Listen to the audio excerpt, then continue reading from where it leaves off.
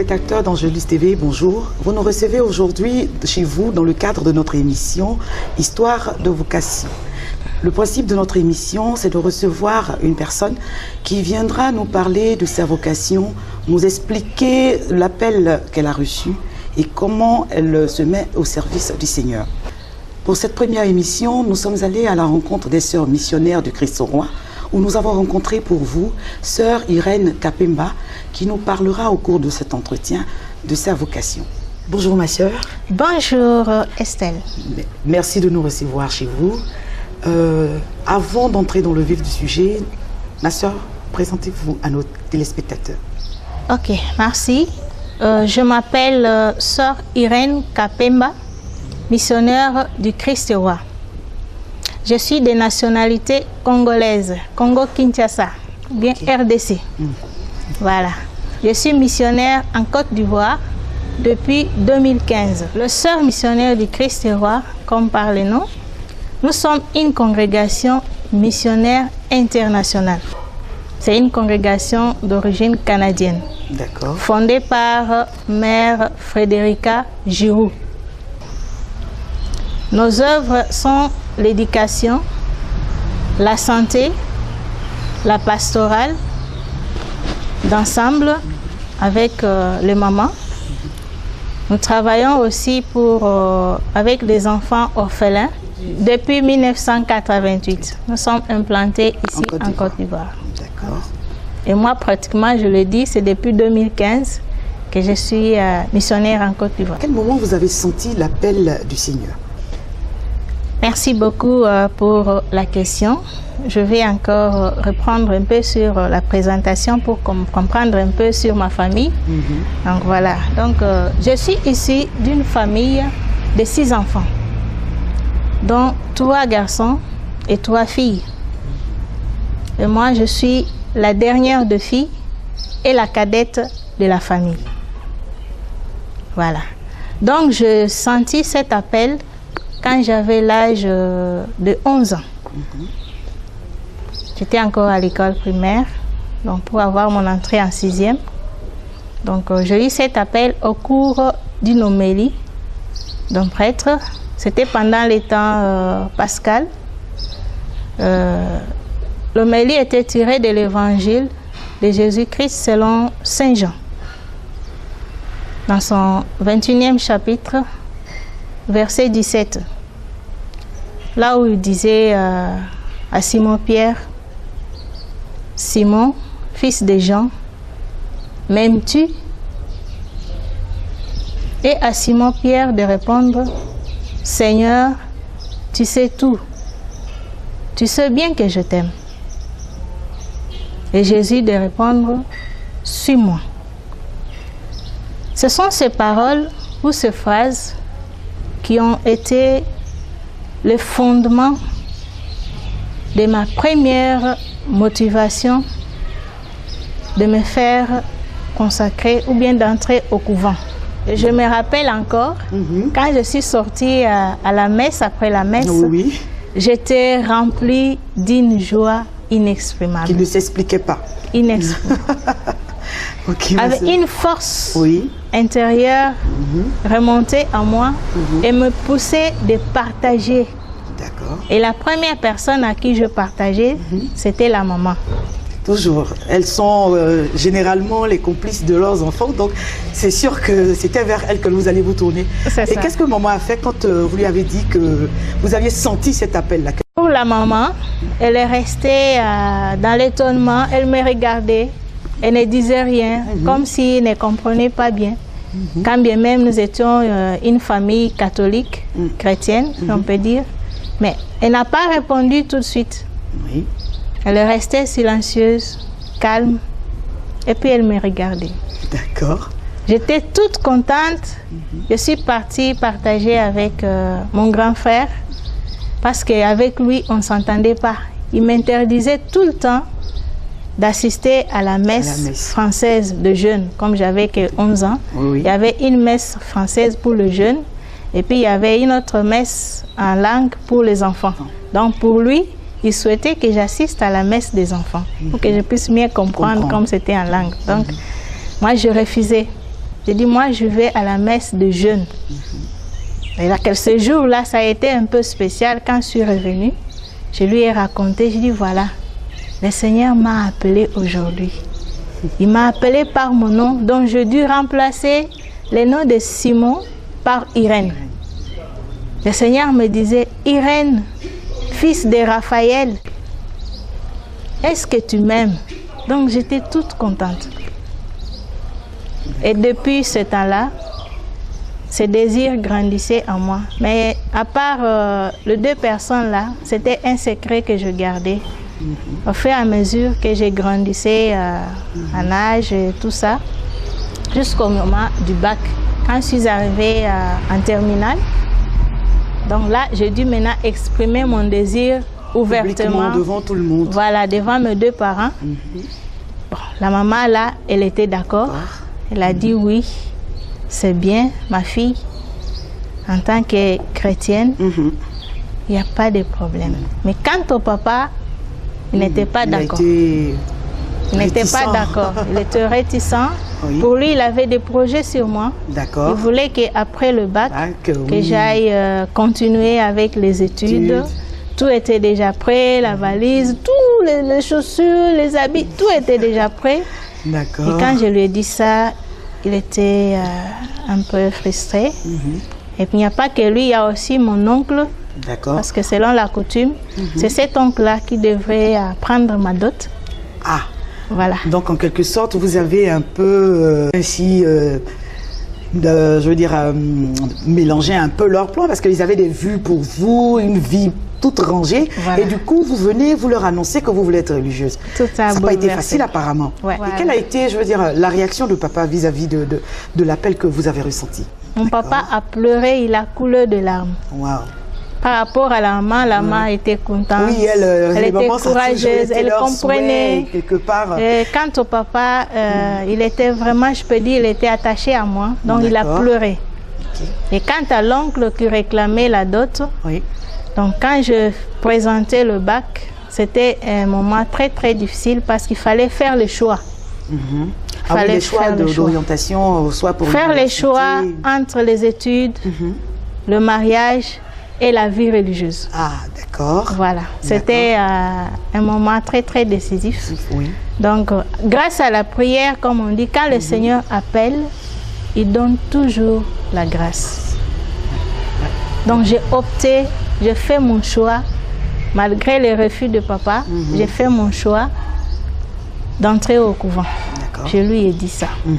Donc, après ça, c'est là que le papa a donné maintenant son accord que je pouvais aller au couvent. Et comme j'ai étudié dans des écoles de sœurs missionnaires du Christ-Roi depuis mon école primaire, donc je le voyais tous les jours. Et là, je n'aspirais pas chez les missionnaires du Christ-Roi. Quand bien même j'étudiais... Quand bien même que vous étudiez, vous aviez d'autres aspirations en fait. J'aspirais dans une autre congrégation qui n'était pas dans cette ville. Pas que vous avez changé. Ça c'était mon secret. D'accord, un secret bien gardé apparemment. C'était mon secret. Ok, d'accord. C'était mon secret jusqu'à tel point que quand je finis le bac, c'est là que j'ai décidé et pour le choix de la congrégation. Là, je vis les sœurs missionnaires du Christ-Roi. Je suis allée voir la sœur supérieure provinciale et lui exprimer mon désir d'entrer au couvent. Elle m'a très très bien accueillie. Elle m'a compris. Puis elle est allée voir le parent. Elle a parlé avec le parent. Elle a essayé de mener ses enquêtes en tant que supérieure. Et puis elle m'a demandé que je pouvais commencer déjà mon temps d'aspiranta. Donc c'était un aspiranta fermé. On était avec le sœur un peu à l'écart. Donc après un temps de 9 mois d'aspiranta, donc on m'a accordé de commencer une autre formation qu'on appelle le postulat. Donc je suis allée dans une autre ville où se trouvait le sœur. Donc j'ai fait 1 an.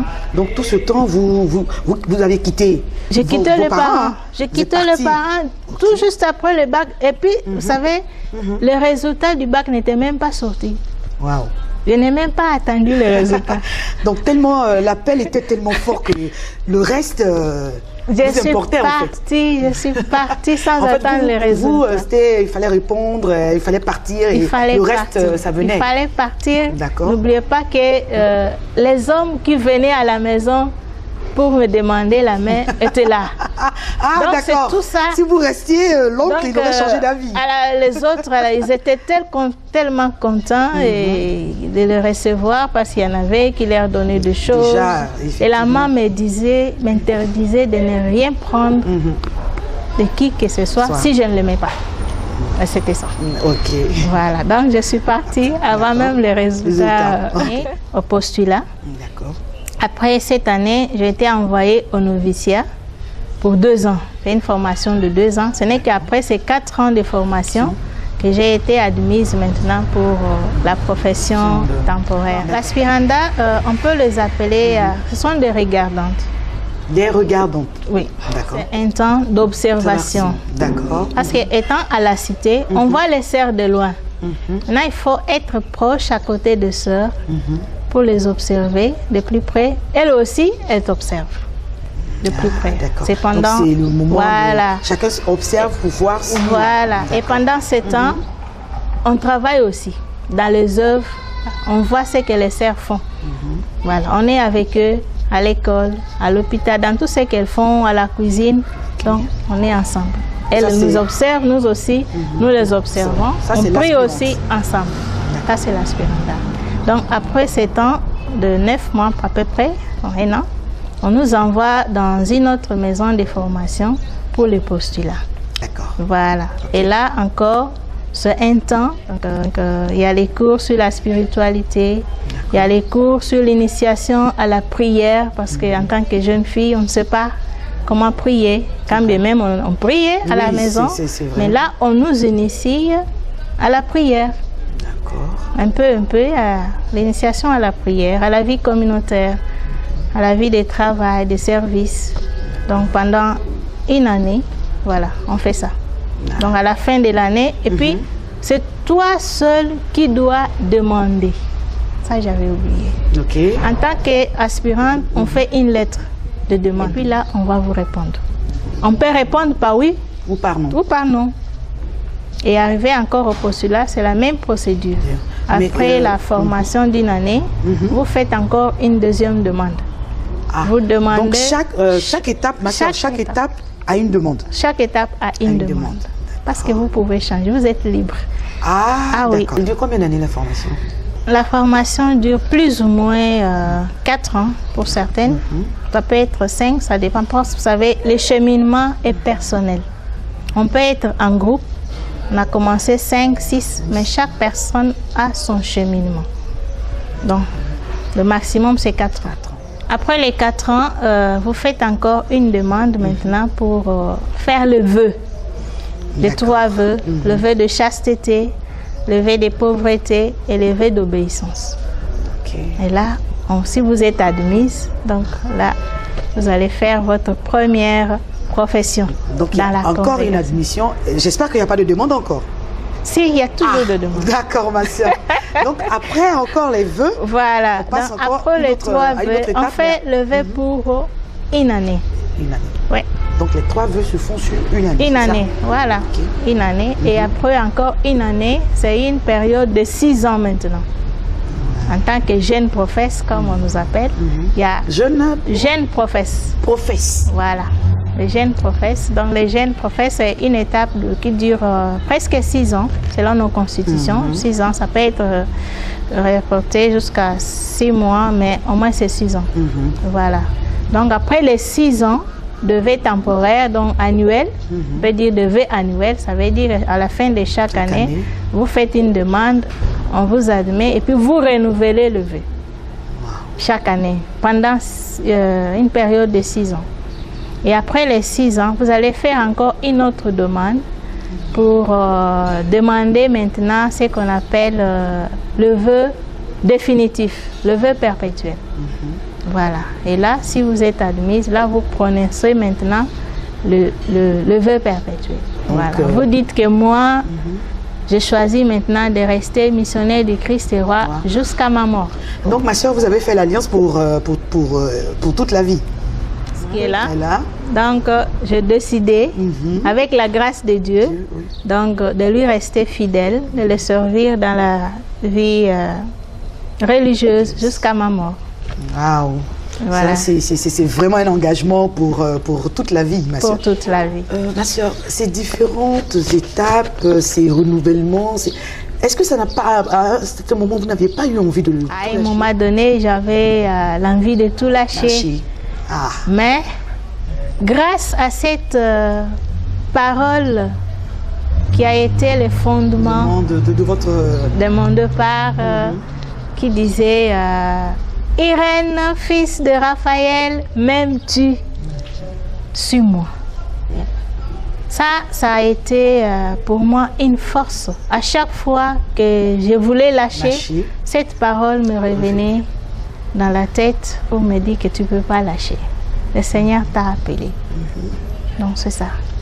Et tout ça là, c'est grâce à la prière. S'il n'y a pas la prière, la vie n'a pas son sens d'être. On ne peut pas tenir. De nos forces, on ne peut pas tenir. Voilà, c'est grâce à la prière. Nous continuons de tenir jusqu'à nos jours parce que le Seigneur nous donne la grâce. Quand vous avez fini vos 6 ans et toute la formation, quel a été le sentiment de vos parents le jour où ils vous ont accompagné devant tout le monde officiellement, dire voici notre fille est devenue religieuse? Quel a été leur sentiment? Les parents étaient très contents. Ils étaient très contents et pour exprimer leur joie, ils ont dû demander une messe d'action de grâce. Organisée en famille. Même l'oncle? Même l'oncle était là. Même l'oncle était là. Il était là et puis c'était lui qui était dans les comités organisateurs, tout ça là. Donc on a demandé une messe d'action de grâce pour exprimer leur joie, dire merci au Seigneur jusqu'à la fin de mon cheminement.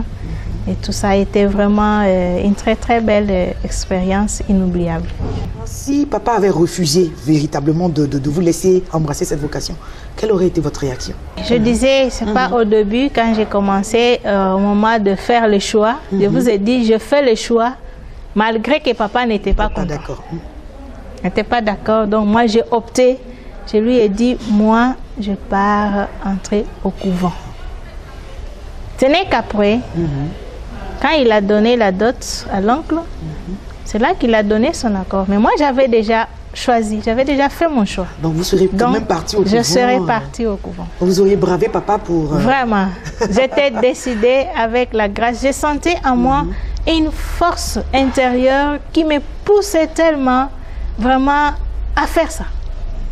J'étais motivée vraiment là à me consacrer pour le Seigneur. Apparemment, vous avez oublié un peu le grand frère, parce que vous aviez parlé de lui au départ. C'est ça. En dehors de maman, il a été le deuxième à être au courant de votre appel.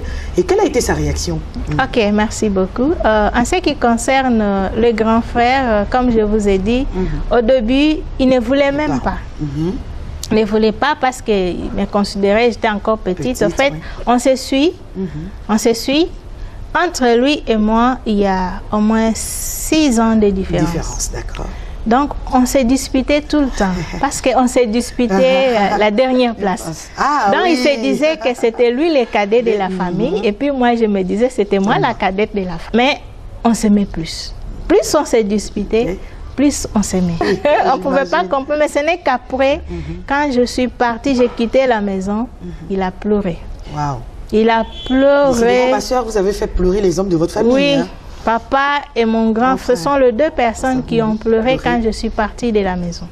Il a pleuré, il a dit maintenant avec qui maintenant je vais me bagarrer. En fait, c'était un peu égoïste là. Oui, oui, c'est ça. Donc ça, il n'a jamais supporté. Ça lui a pris du temps parce que quand je suis partie après mes 2 ans, il ne supportait pas. Wow. Dès qu'il me voyait, il ne voulait pas. Quand je venais, il disait, toi là, je ne veux plus te voir, tu es parti, tu m'as laissé. Ouais, c'était comme ça. Mais on s'aimait bien. Ma soeur, pour une jeune fille qui veut vraiment aspirer à la vie religieuse, quel conseil vous pouvez lui donner? Ok, merci beaucoup. À une jeune fille qui aimerait, ou bien qui aspire, ou qui aimerait aspirer à la vie religieuse, la première des choses que je vais leur demander, c'est de prier. C'est d'abord la prière. C'est comme je disais, le Seigneur qui nous a créés à son image, sans nous consulter. Bien sûr. Mais il nous a créés avec une volonté libre.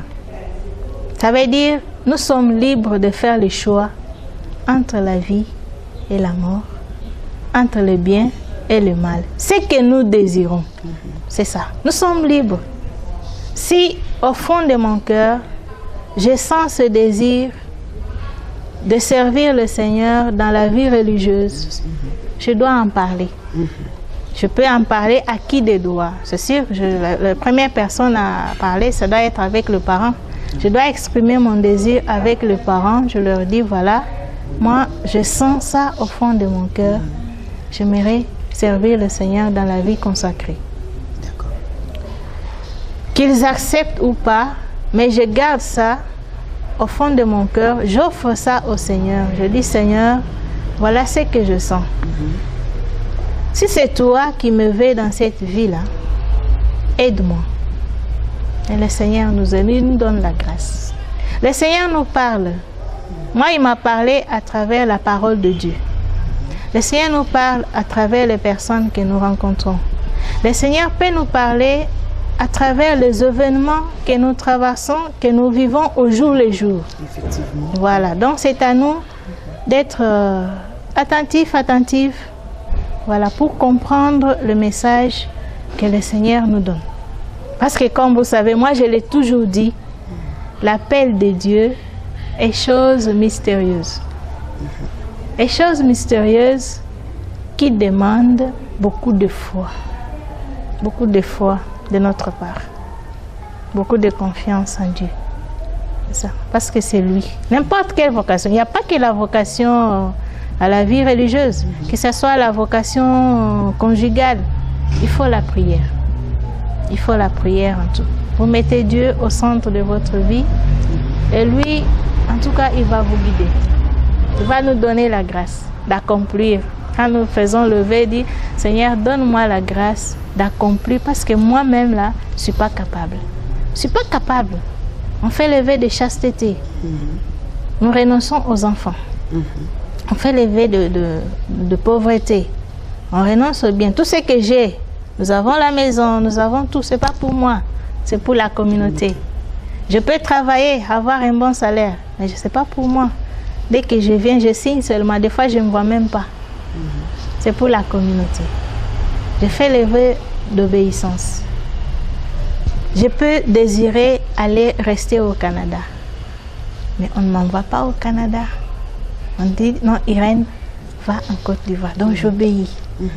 Voilà. Donc, c'est le Seigneur qui nous donne cette grâce-là.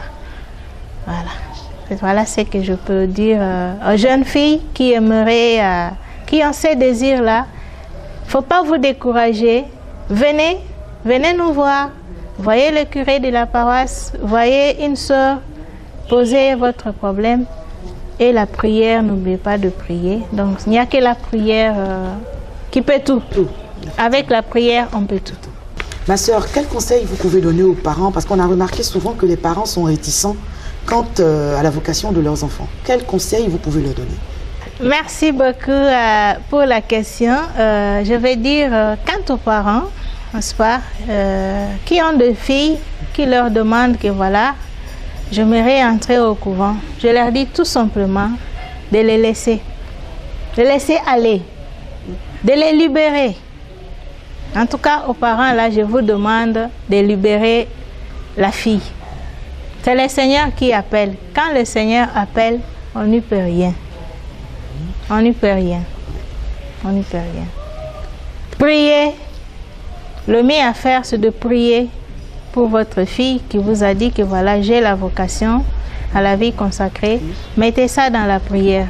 Priez pour elle, pour que si vraiment c'est le Seigneur qui l'a appelée dans cette vie-là, que sa volonté soit faite pour sa plus grande gloire et vous serez bénis.